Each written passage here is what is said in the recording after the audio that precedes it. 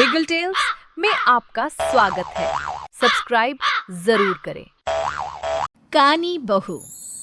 किशोरी लाल जी के बेटे राघव की शादी की बात जगह जगह चल रही थी, लेकिन किशोरी लाल जी को कोई लड़की पसंद ही नहीं आती थी। और उसकी एक ही वजह थी, किशोरी लाल जी का लालची होना। उनको लड़की वालों से मोटा दहेज चाहिए था और इसी चक्कर में एक दिन वो एक बहुत पैसे वाले के घर अपने बेटे का रिश्ता लेकर पहुंचे। उस आदमी का नाम था ओम प्रकाश। देखिए किशोरी लाल जी, मेरी एक ही बेटी है और मेरी सारी संपत्ति जायदाद सब कुछ मेरी बेटी नैना का ही है। पापा, नाम से लगता है बहुत खूबसूरत होगी। कितना अच्छा नाम है ना, नैना। ओ, वैसे बात तो सही है आपकी। अब इतना पैसा है, जमीन जायदाद है, इकलौती बेटी, आप भी क्या करेंगे? सब कुछ उसे ही देंगे ना। बिल्कुल ठीक पहचाना आपने। बस बेटी की शादी और सारी जायदाद उसके नाम। पापा, बिना देखे हाँ कर दीजिए ना। इतना अच्छा रिश्ता फिर कहाँ मिलेगा? माला माल हो जाएंगे हम। मैं अपनी बेटी को बुलाता हूँ। अरे नहीं नहीं नहीं नहीं, आपकी बेटी का नाम नैना है, सुनकर ही लगता है बहुत सुंदर होगी। रहने दीजिए अंकल, मैं तो आपकी बेटी के नाम से ही इतना खुश हो गया हूँ कि उसे बिना देखे शादी करने को तैयार हूँ। अब तो मैं उसका चेहरा सीधे शादी के बाद ही देखूंगा। और इस तरह राघव नैना का चेहरा नहीं देखता और उससे शादी कर लेता है। शादी के बाद अपनी सुहाग रात पर जब राघव नैना का घूंघट उठाकर देखता है तो नैना की आंखें बंद थी।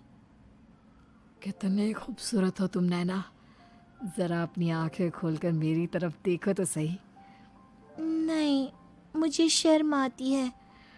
अरे, मैंने तुम्हें शादी से पहले भी नहीं देखा, और अब अगर तुम आंखें खोलकर मुझे देखोगी भी नहीं तो मुझे अच्छा कैसे लगेगा? इससे पहले कि नैना अपनी आंखें खोलकर राघव की तरफ देखती, अचानक से लाइट चली गई और राघव नैना को पूरी तरह से देख भी नहीं पाया।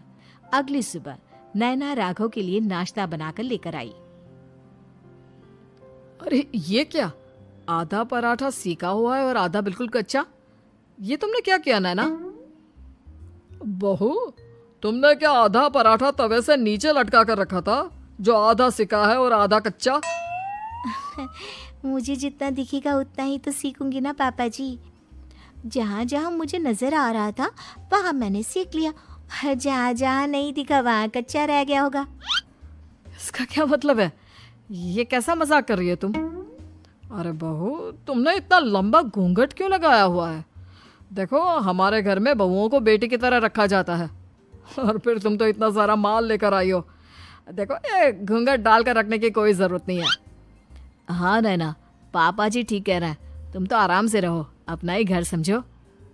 नैना अचानक से अपना घूंघट उठा लेती है।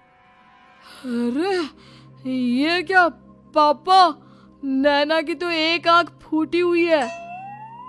नाम से नैना, लेकिन ये तो कानी बहू निकली। मेरे साथ धोखा हुआ है, धोखा। बिना दिखाए अपनी कानी लड़की मेरे संग ब्याह दी। मुझे कानी बीवी नहीं चाहिए। मुझे अभी ओम प्रकाश जी से बात करनी पड़ेगी। आखिर उन्होंने मेरे साथ ऐसा किया क्यों? अरे, आप लोगों ने ही तो पापा से कहा था कि आप लोग शादी से पहले मुझे देखना नहीं चाहते। अब मेरे पापा पर क्यों इल्जाम लगा रहे हैं? अरे लेकिन उन्हें बताना तो चाहिए था ना कि तुम कानी हो, एक आंख से तुम्हें दिखाई नहीं देता। किशोरी लाल और राघव नाराज होकर ओम प्रकाश को अपने घर बुलाते हैं। पापा जी, ये आपने क्या किया? शादी से पहले बताया क्यों नहीं कि नैना की आंखों में परेशानी है? अरे, आप ही ने तो लड़की देखने से मना कर दिया था। अरे लेकिन आप बता तो सकते थे। आपको तो हमारी बेटी की प्रॉपर्टी चाहिए थी, वो भी पूरी की पूरी। अब क्या हुआ अगर उसे आधा दिखाई देता है? प्रॉपर्टी तो आपको पूरी मिल गई ना। अरे ये क्या बात हुई? मेरी शादी प्रॉपर्टी से नहीं, आपकी बेटी से हुई है। अब ये तो पहले सोचना चाहिए था, तब तो मेरी प्रॉपर्टी देखकर तुम्हारी जुबान लप लपा रही थी। लेकिन मैं कानी लड़की को अपनी बीवी बनाकर नहीं रख सकता। पापा, कुछ करिए ना आप। हाँ, करता हूँ। देखिए ओम प्रकाश जी, आप हमारे साथ ऐसा नहीं कर सकते। और तुम देखो, अगर तुमने मेरी बेटी से शादी तोड़ी ना, तो जो भी प्रॉपर्टी मैंने तुम्हें दी है वो तो पूरी की पूरी वापस ले ही लूंगा, और आधी प्रॉपर्टी तुम्हारी भी लूंगा। अरे मेरी आधी प्रॉपर्टी भला क्यों लेंगे आप? इसलिए क्योंकि मेरी बेटी को आधा नजर आता है और उसकी नजर अभी तक तुम्हारी आधी जायदाद पर ही पड़ी है। अब तुम उसे घर से निकालोगे तो कुछ तो लेकर जाएगी ना। और अगर हम आपकी बेटी को अपने घर की बहू बनाकर रखे तो? तो तुम्हारी पूरी प्रॉपर्टी तुम्हारी ही रहेगी, और जो मैंने तुम्हें दिया है ना, उसमें से बस मैं आधा लेकर जाऊंगा। अरे लेकिन अब आप अपनी दी हुई प्रॉपर्टी में से आधी वापस क्यों लेकर जाएंगे? अगर मैं आपकी बेटी को अपनी पत्नी बनाकर रखने को तैयार हूं तो? इसलिए ताकि भविष्य में अगर तुम मेरी बेटी को धोखा दो तो उसके पास कुछ तो रहे जो पति का हो। वैसे मेरे पास तो बहुत कुछ है, लेकिन अपने पति की कोई निशानी तो उसके पास होनी चाहिए ना। अब अगर तुमने मेरी बेटी को कानी कहा तो तुम्हें प्रॉपर्टी भी कानी ही मिलेगी, पूरी नहीं। जमाए राजा।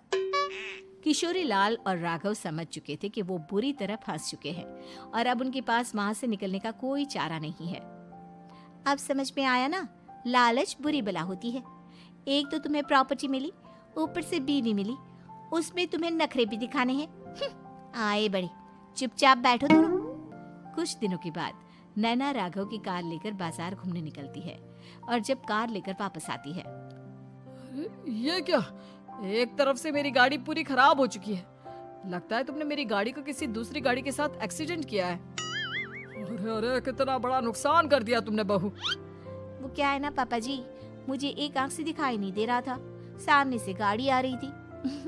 मुझे तो सिर्फ आधा ही दिखाई दिया और वो गाड़ी मेरी कार से रगड़ते हुए निकल गई। अब मैं क्या करूं बताओ? आप इसे ठीक कराने के पैसे कौन देगा? तुम्हारे पापा? तुमने मुझसे इस तरह से बात की? अभी रुको। नैना राघव की शिकायत ओम प्रकाश को कर देती है। देखो राघव, अब जो मेरी आधी प्रॉपर्टी तुम्हारे पास थी ना, उसमें से आधी और मैं लेकर जाऊंगा, क्योंकि तुमने मेरी बेटी को डांटा। अरे नहीं नहीं पापा जी, गलती हो गई, माफ कर दो।